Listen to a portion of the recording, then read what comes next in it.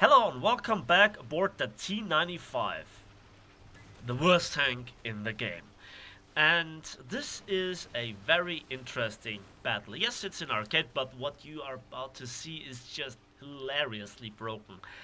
Um, and it reflects basically all my impressions on this tank. Now, the T95 per se is probably not the worst tank in the game, but combined with the matter of the game, all the game modes and the circumstances, it plays like one of the worst tanks in the game. And it doesn't make too much difference if you upgrade this tank or not.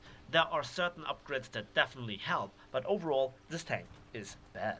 Now, let's run through it very quickly. It does have bad gun depression, just 5 degrees. It does have an extreme long reload for the caliber size. It is comparable to the 10.5 centimeter Tiger, but that packs a better shell. We will come to this in a moment. You don't have good enough pen, again, we will come to this in a moment. And combined with the reload and the damage output, it is just a painful experience. You have also bad gun traverse, so you're not like a tortoise, a tank that I actually like, and that also works. You have bad accuracy on your gun, even fully upgraded.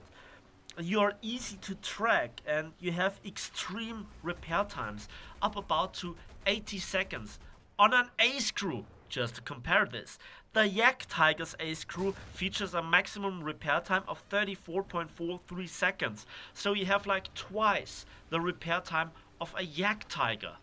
And that has a better gun overall. And better armor, therefore. We will come to this in a moment. You have an extremely bad mobility, probably or most certainly the worst mobility in the game, combined combined with a Panther-like reverse gear. You know, you see a pattern emerging here, right? You are easy to get striked by artillery strikes. You are an easy target for aircraft, both in arcade and realistic. And to be honest, one of the most effective weapons is not the gun. And here it begins. Watch what happens to my gun overall. The 50 cal on top of the tank is your best friend. You can shoot down aircraft, you can get kill assists, by just shooting tanks. It is sometimes I just was repaired, and this King Tiger. Just watch this guy. Just watch our duel.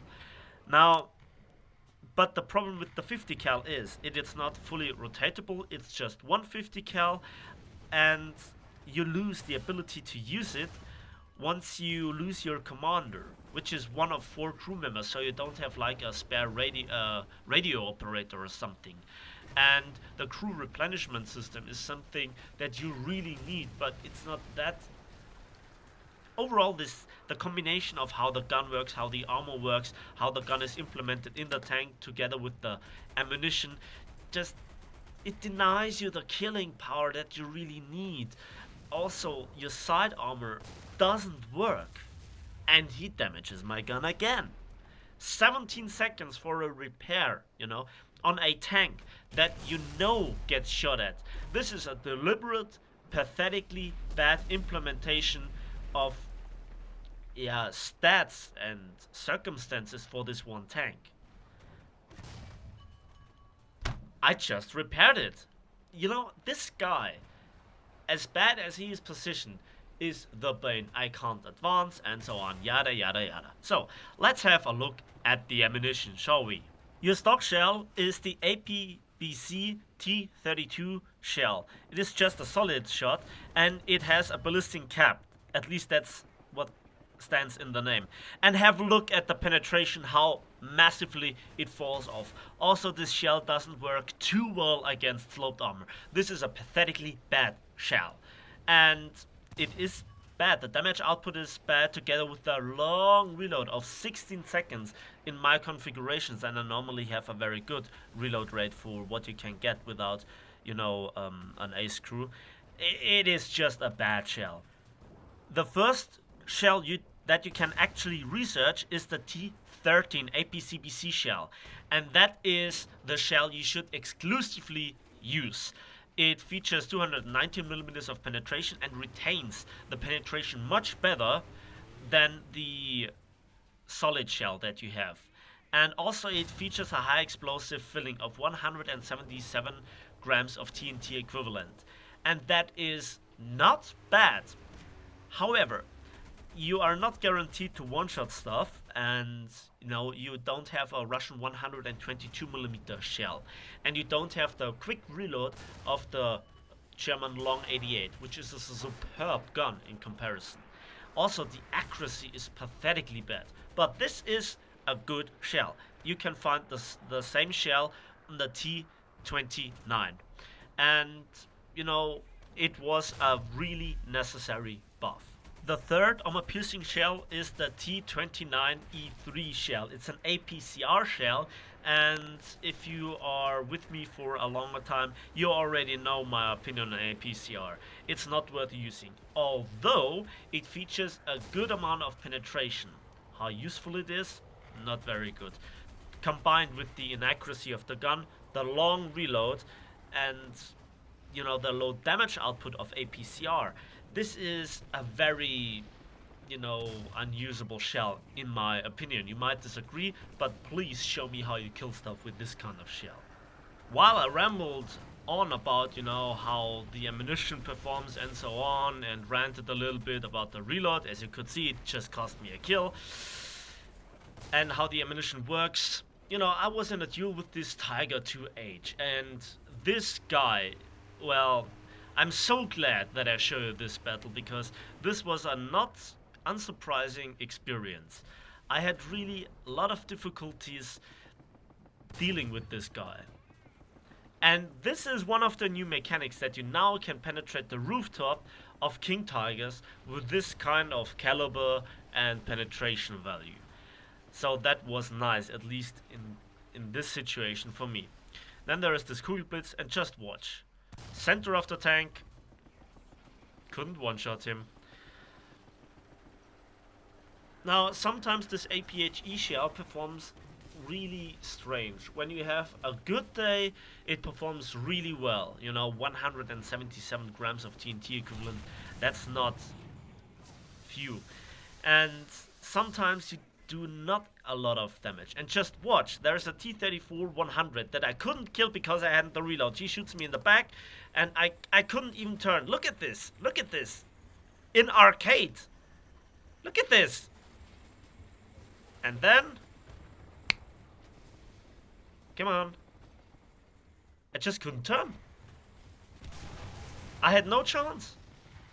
And also the team sucks. We never had a chance, and the enemy team just steamrolled us and outcapped us. And then, of course, the engine explodes. The engine explodes. Yes, this is a tank case, but it's in arcade, so not worth talking about. And the engine explodes. How hilarious is that? This tank is literally outrageous.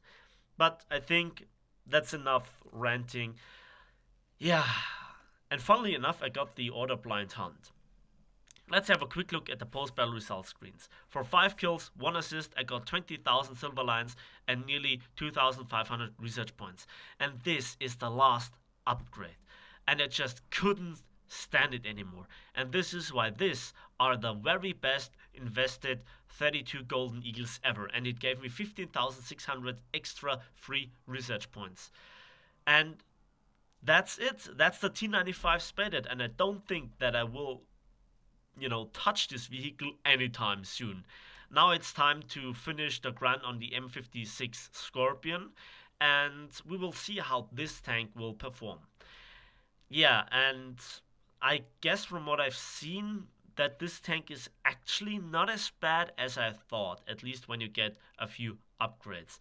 And I will change my battle rating in which I will fight to, finish the grind on the, as I said, the Scorpion, and then I will move on to the Vulcan, the AAA. Now, I hope that I will make a proper grind process, but I have to play the M60s, and the Scorpion also takes a while until it's fully spaded.